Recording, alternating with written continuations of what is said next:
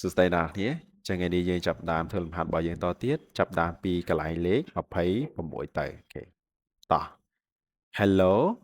my ចុច Maya ចុច Mexico អូខេអញ្ចឹងមុនទៅចម្លើយយើងត្រូវសិក្សាពីល្បះនេះបន្តិចដើម្បីយើងឲ្យចម្លើយត្រឹមត្រូវបានអញ្ចឹងណាអញ្ចឹងយើងមើលតអឺ my ភាសាវេយ្យាករណ៍គេហៅវាថាជាពពួក possessive adjective សំដៅសេកាណាគ្នាណាអញ្ចឹងពពួកគុណនាមកម្មសិទ្ធិហ្នឹងគឺត្រូវតែដាច់ខាតបូកជាប់ជាមួយហ្នឹងគឺនាមអ្នកនរគ្នាយើងប្រើនាមជាមួយណាអូខេអាហ្នឹងរឿងមួយ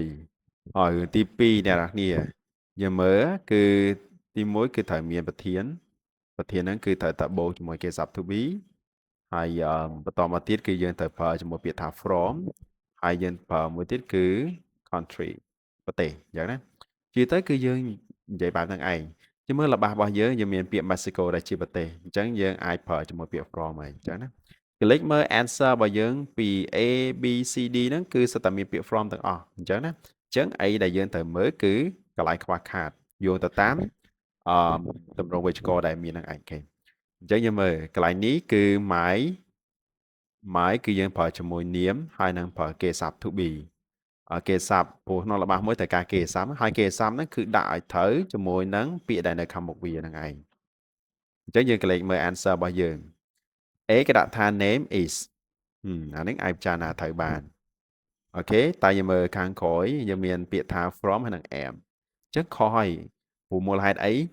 គឺយើងដាក់ to be នៅខាងមុខអឺហើយដាក់ពាក្យ from នៅខាងក្រោយប៉ុន្តែកន្លែងចម្លើយនេះគឺមាន from នៅខាងមុខវិញអញ្ចឹងវាខុសលំដាប់ណាអញ្ចឹងអត់យកទេ B จะមាន is name អានេះខុសដោយសារតែយើងត្រូវដាក់នាមសិនហើយមកដាក់គេ sub to be តាមក្រោយចាខាងក្រោយយើងមិនបាច់មើលព្រោះដល់ខាងមុខវាខុសណា B យើងអត់យកទេចម្លើយ D យើងមានពាក្យថា name ហើយនឹង am អានេះក៏ត្រូវដែរមូលហេតុអី name ហ្នឹងគឺជាឈ្មោះ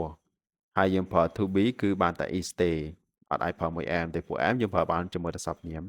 អាចតែប៉ុណ្្នឹងទេអញ្ចឹងណាហើយខាងក្រោយក៏យើងបាច់មើលដែរដឹងតែខុសហើយ the answer ដែល complete ហ្មងតែវាពេញលេញត្រូវហ្នឹងគឺ C អ្នកនរគ្នាចឹងណាចឹងយើងបានរបស់ពេញគឺ hello my name is Maya I am from Mexico តទៀតណា27របស់នេះជារបស់សំណួរគេដាក់ថា is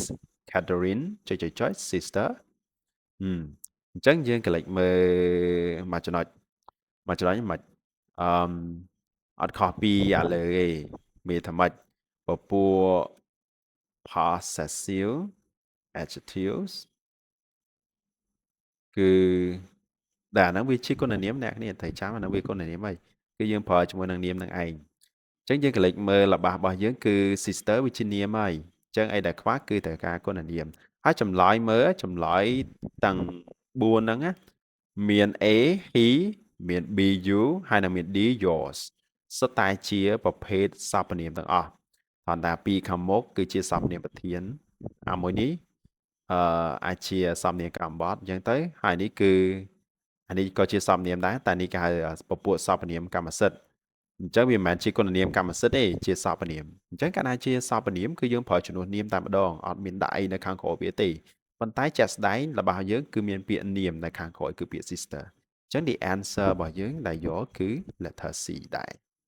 អូខេអញ្ចឹងយើងមាន C2 ណាអ្នកគ្នាតទៀតយើង number 28លេខ28របស់នេះគេដាក់ថា we ចុច students មើលតម្រងរបស់យើងទៅជាទៅយើងមានប្រធានសំដៅសេកាណា subject របស់យើងហ្នឹង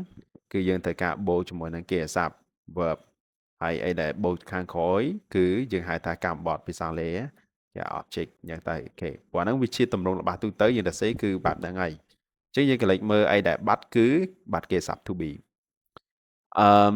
រឿងមួយទៀតអ្នកនរគ្នាគឺយើងអត់ប្រើពពួកអត់ប្រើពួក earn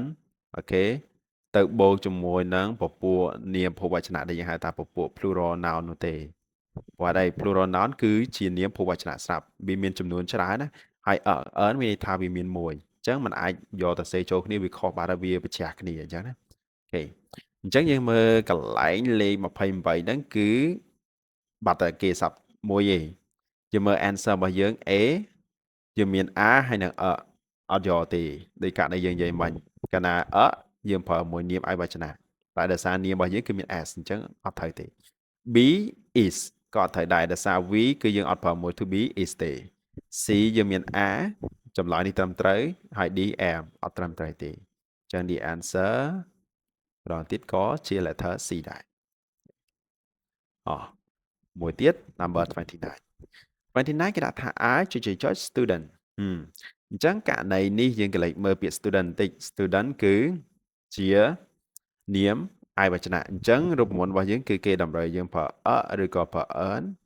បូកនឹងពពួកនាម singular ប៉ុន្តែចង់បញ្ជាក់អ្នកនរគ្នាបន្តិច singular ហ្នឹងគឺក្នុងករណីវាជាអីវាជាពពួក count noun count noun នាមដែលរាប់បានអញ្ចឹងណាព្រោះហេតុអីតម្រងឯកវចនៈហ្នឹងក៏ជាតម្រងរបស់គេរបស់នាមយើងហៅថានាមរាប់បានដែរភាសាអង់គ្លេសគេហៅ uncount noun ណាអញ្ចឹងករណី uncount noun នាមរាប់បានផងគឺយើងមិនអាចប្រើ article ហ្នឹងកើតដែរអញ្ចឹងណាបានតែពពួកនាមរាប់បានហើយឯកវចនៈហ្នឹងទេអញ្ចឹងណាអញ្ចឹងកន្លែង29ហ្នឹងគឺបាត់អីទី1គឺបើយោងទៅតាមដោយលេខ28ដែរគឺបាត់គេអាស័ព្ទហើយបាត់គេអាស័ព្ទហើយគឺបាត់ពពួក article ហ្នឹងឯងអញ្ចឹងយើងរកមើលចម្លើយតើយកមួយណាយើងមាន is ហើយនឹង earn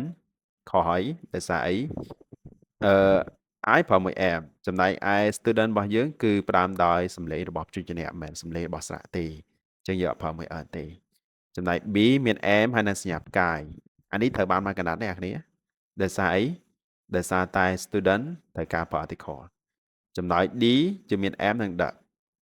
the copy earn បើតែវាជាពពួក article ដូចគ្នាអញ្ចឹងណា the យើងប្រើជាមួយនឹងនាមទាំងឡាយណាដែលគេស្គាល់រួចទៅហើយឬក៏គេធំនិយាយពីមុនតែយើងមើលរបស់យើងត្រឹមតែ C លើកដំបូងអញ្ចឹងអត់យកទេចម្លើយត្រឹមត្រូវគឺជាថ្មីម្ដងទៀតគឺ C តទៅទៀត 30គេដាក់ថា she ចុច Italy Italy ប្រទេសអញ្ចឹងវាមិនខុសពីអាករណី26របស់យើងទេប្រទេសយើងប្រើជាមួយ from ហើយខាងមុខ from គឺមានគេស័ព្ទ to be ហើយ to be នេះគឺយើងត្រូវតែប្រើឲ្យស្របត្រូវនឹងជាមួយនឹង subject ឬក៏ប្រធានរបស់យើងនឹងឯងអញ្ចឹងណាអូខេអញ្ចឹងយើងកលេចមើលតើយើងយកមួយណាដែលជាចម្លើយត្រឹមត្រូវអញ្ចឹងកន្លែងហ្នឹងគឺបាត់ to be is មួយហើយបាត់ពាក្យថា from មួយទៀតអញ្ចឹងយើងមើល A គេដាក់ are from អត់ត្រូវទេដោយសារ to be are ប្រើមួយ she ទេ B យើងមាន is ហើយនឹង at is ត្រូវប៉ុន្តែ at អត់ប្រើមួយប្រទេសអញ្ចឹងទេករណីយើងណាអត់ត្រូវទេហើយចម្លើយ C យើងមាន is from ហើយ D គឺ am from ពីរហ្នឹងចម្លើយគឺមានតែមួយទេគឺ C ដោយសារអី she ប្រើមួយ is អត់ប្រើមួយ am ទេអញ្ចឹងណាអូខេ right តបះរបស់យើងគឺទីមតទៅគឺមាន C ទាំងអស់អ្នកនរប៉ុន្តែដល់ពេលប្រឡងមែនតើមិនមែនចាក់ខ្សែអញ្ចឹងណាมันមានន័យថាគឺត្រូវតែ C ទាំងអស់ទេអ្នកនរត្រូវការវិភាគទៅតាមរូបមន្តវេយ្យាករណ៍ហ្នឹងឯងហើយវីដេអូមួយនេះជាគំរូមួយឲ្យអ្នកនរអាចយកទៅធ្វើជាគំរូក្នុងការពេលអ្នកនរធ្វើលំហាត់គឺអាចគិត